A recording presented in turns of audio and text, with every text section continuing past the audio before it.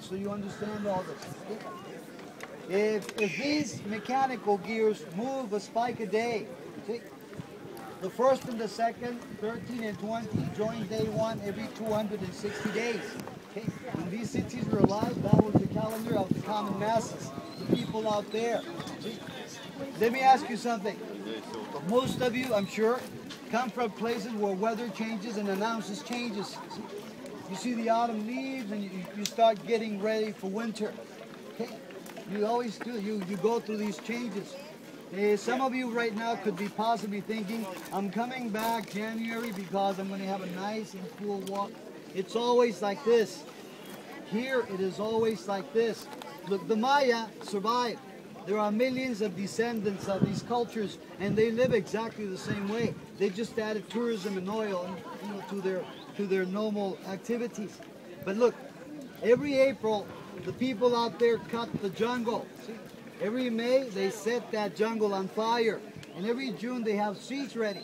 They have their seeds ready, and they have 4 outstanding rituals that go way back then. Okay? For the rain, for a prosperous harvest, for a fertile land.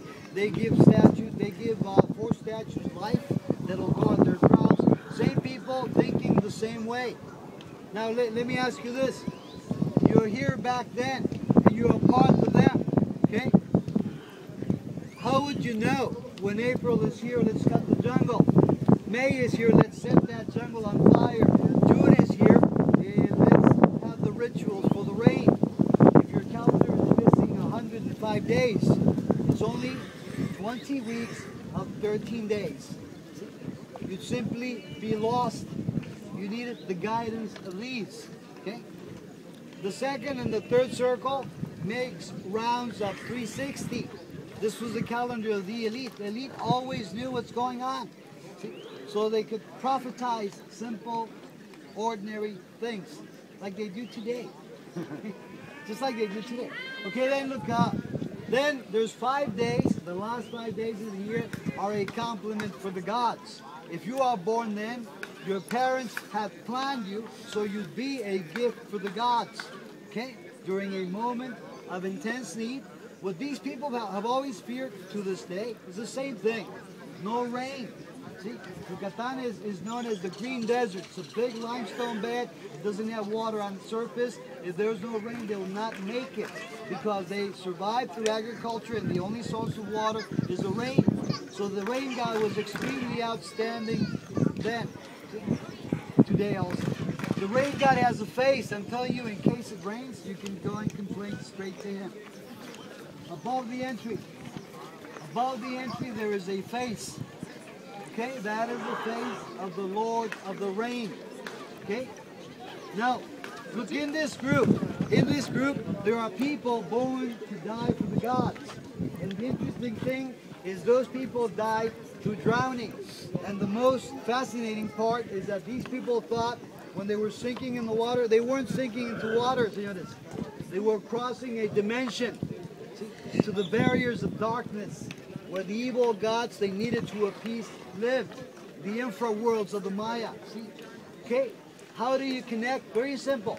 Later on, at the end of the walk, you walk right to the left of that building, a 6-minute walk. You see a very beautiful well, natural. Okay? How big is it? If you make the bottom of that round, it would fit. The height of that, ironically, is the exact equivalent to the depth of that. Okay? Chichen Itza is 19 square miles of city, 46 different complexes of buildings, and in those complexes we found 16 wells. Each well we dove and we dug. We proved that 15 were plain drinking water. You'll be swimming in one later on. It's a very beautiful well. And one was sacred. It's the one there. It's known as the cenote of sacrifice. Okay? Look, the persons, the people born for this, I'm sure there's one here. Anyone born between the 6th to the 10th of August. See? Is that you? No one wants to go in style today? 6th to 10th, come on, you'd be on YouTube. Just say you'd be on YouTube. Look at 6th to 10th of August. So you notice every 11th of August, the year began in this empire. If you wonder why, it's because the sun passes exactly over Chichen Itza, the capital of the Mayan Empire. This city ruled hundreds of cities. Okay? Hundreds of cities like this scattered between the Gulf of Honduras to 5 of 31 states of Mexico. The Maya are not just these buildings or these sites, it's 7 different countries. See? It's 175,000 square miles. It's 2/3 the size of Texas. Those are the United States. 2/3 the size of Texas. Very vast empire, divided in 4 regions because of the environment. The toughest environment is the Yucatan Peninsula. We call this the Green Desert. Let me tell you the interesting thing about these mechanical gears, okay? These mechanical gears lock on day 1 exactly every 52nd year. Okay? If you had a trained eye, that night you'd look up in the sky and you'd notice a planetary alignment. Okay? Earth, Venus, Mars, and the Sun are straight in a line every 52nd year when the Maya calendar coincides. So there we know it's a functional astronomical calendar. These guys were obsessed about that. The big difference, you know why 2012 is not the end of the world? It's very basic and simple. We, us, modern man, we see time as a straight line, linear. They call that a straight line. The Mayas don't do that. It's circles. It's infinite. Time is infinite and it doesn't stop. But they do have an interesting understanding about this, and this I'd like to share with you. Look, when these cities were alive back then, all these cities between Arizona and Costa Rica had different cultures, different ways of thinking, different languages, but they shared a few things in common. They think that when the planets alineate any 52nd year, they could remain like that, static, okay? They don't describe any destruction. They say no more time, no more animation, no more motion. The wheels of time stops, and if time stops, everything freezes. Okay? This is 2012, and this is any 52nd year. Okay? Let me tell you what these guys did back then. This is what we got to do. There is a way out. If you were here 1,000 years ago, okay, when the night before the calendars locked and the planets alineate, every city back then had a main temple like this, different shapes, but a main temple in every city. Inside the city, that temple, there's a fire. It's the fire that symbolizes the life of the city. It could never be put out. It's got to be alive always. One night before the planets alineate, they put the fire out and they cover the temple. Okay? Then the next morning, the people that surrounded these cities, 90 to 95% of the population, which in Chichen Itza, by the way, Chichen Itza was one of the most populated cities in the world. Between 600 and 1,200, minimum 40,000, maximum 250,000 people. 90 to 95% of those lived outside, who were considered human beings, and 5 to 10% of those lived inside, and they were considered human gods. So not human beings, human gods, different concept, like the Greek.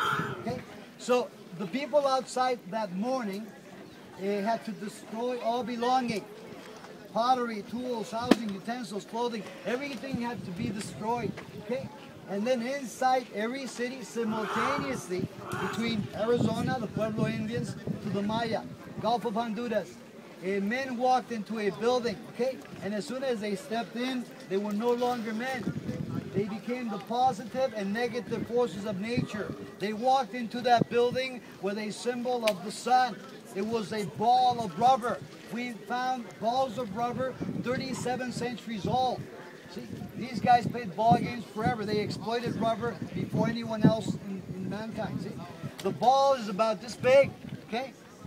They step into the building, it's the sun, and they have to keep the ball moving long and gracious. They're moving the sun. Before the sun sets, no matter what, the ball must be knocked through a ring.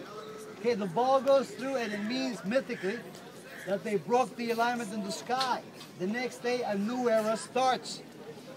And every time an era starts, it's fresh, it's grand, it's a new beginning, it's fertile, it's prosperous. See, there's nothing to be scared of 2012.